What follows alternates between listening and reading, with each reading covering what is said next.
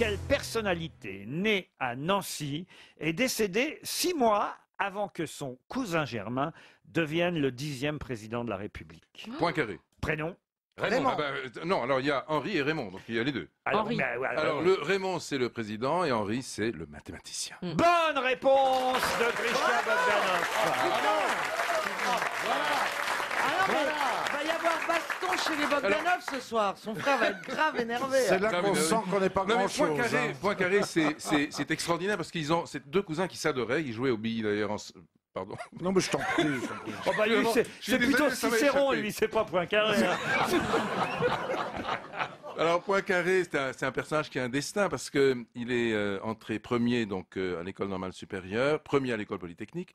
Il en est sorti second parce qu'il a eu zéro en dessin. Il est mort tôt. Zéro en dessin. Sinon on en a pour 3 jours. Bah, il est mort assez tôt, il avait 58 ans. Hein, Non, c'est mais si j'étais mauvais, je dirais il est mort tôt à cause des saucisses qu'il a mangées la veille. Mais je suis pas comme ça, non. Non, bah non, oh là. Vraiment pas. Il va pas se mélanger avec nous. C'est pas le genre de la maison, quoi. Non, pas du tout, pas du tout. Mais il a eu un 0 en maths. Est-ce que c'est vrai ça? Non, il y a un zéro en dessin. Ah non, j'ai toute sa fiche. Il a eu un 0 en maths au bac sciences le 7 novembre. Mais non, mais parce qu'il a rendu copie blanche. Ah ben oui. Oui, non, mais exprès. Mais on a qu'à l'appeler, non? Il est arrivé en retard et il a mal compris le sujet. Voilà. Parce qu'il y a un problème sur les... Alors là, vous allez nous expliquer ce que c'est. Un problème sur les séries convergentes. Sur les séries convergentes. Ah, En combien de mots? Par exemple, C'est quand par on exemple prend- Julie Lescaut et Joséphine Ange Gardien sont des séries convergentes. Bah, si vous prenez la suite des nombres entiers naturels, c'est une série qui n'est pas convergente. oui, c'est Par ça. Il exemple. nous prend pour des cons, là. Non mais alors, ce qui est très intéressant chez Poincaré, c'est la... C'est sa belle-sœur. la découverte. Janine.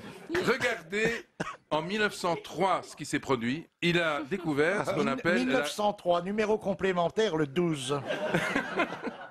la conjecture de Poincaré. Mais c'est quoi? Certes. Alors ça, c'est très extraordinaire. C'est probablement l'une des plus importantes conjectures de toute la science. Alors pour nous qui sommes des grosses têtes, il faut absolument que nous partagions cette fête de la connaissance. On va pas se faire chier. Alors, la conjecture de Poincaré s'énonce comme ça. Toute surface, prenez une surface, Ouais. Caroline, par exemple. Prenons Caroline. une surface sans discontinuité. Oui, c'est son cas. C'est son cas. On est Jusque-là, bon, on est ça bon. marche. Faut faire le tour Voilà. sans lever le crayon. Oui, voilà, on fait le tour sans le crayon. Une surface donc continue, à 3 dimensions. Ouais. Oui, ça va. Confirme. Là, je vais être obligé de le dire. En fait, c'est une surface sans trou. Je suis obligé Grishka, de le dire. on vérifiera. Elle a peut-être cicatrisé. Hein. Et alors, je rajoute. Alors Donc, et simplement connexe. Simplement Non, les connexe. connes, mais elle est pas Connaisse. connexe. Si, c'est comme ça qu'appelle son mari, c'est la connexe. Et nécessairement une sphère à 3 dimensions. C'est tout? Il a fallu. Ah oui, c'est tout. Mais c'est ça qui est extraordinaire, c'est que vous prenez une surface donc unilatérale. Moi, je croyais que vous alliez me dire qu'il Ouais. avait été en fait le véritable inventeur de la théorie de la relativité bien avant Einstein. Ce qui est vrai, mais attendez. Ben, attendez, il a fallu quand même 103 ans pour prouver cette fameuse conjecture qui est devenue aujourd'hui un théorème, qui a été démontré par un Russe qui s'appelle Perelman, Grégory Grishka d'ailleurs Perelman, Grégory en russe, quoi. parce que je m'appelais Grégory avant de m'appeler Grishka. Ah, vous avez Oui, tout donc- changé, Et vraiment. puis il a changé quand il a Tout su change. quand il a su que tout corps plongeait dans la Vologne. Oh, quand même. Alors Grishka. Et donc, on en arrive, grâce à ce théorème, à comprendre aujourd'hui quelle est la forme de l'univers, puisque l'univers est à 3 dimensions, longueur, largeur, hauteur. Il est nécessairement sans trou. Ah bon? Oui. Par exemple, si vous allez tout droit dans ce studio, vous ne tomberez pas dans un trou. Sauf si tu te diriges vers Caro. Mais il a quand même eu 0 en maths, hein, quand Oui. même mine de rien. Hein. Voilà, ça laisse de l'espoir. Ah ouais, moi Je parle j'avais pas de Grishka, je parle de Henri Poincaré. moi j'avais eu 1, donc vous voyez, maintenant je pourrais dire, attendez, moi j'étais plus forte que Henri Poincaré. Mais Einstein était très mauvais élève aussi. Il était TDAH. Vous savez ce que c'est, les TDAH? Non. Ce sont les troubles en fait d'hyperactivité, comme on dit. Mais donc de troubles de l'attention, etc. Et donc il était très mauvais en maths. Et son professeur, qui s'appelait Minkowski, a dit de lui, Einstein, attention, était un chien paresseux.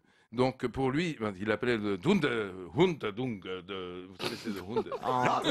En allemand. C'est un berger allemand, un berger allemand. Mais puis toi, si tu insultes Caro en allemand, tu peux la faire jouer. Hein. L'émission sera traduite pour les mal comprenants. hein. Je vais vous dire, il va y avoir un gros sous-titre. Heureusement qu'ils sont pas trois, les Bogdanov. hein. Ils sont trois, mais on n'en voit jamais que deux en même temps.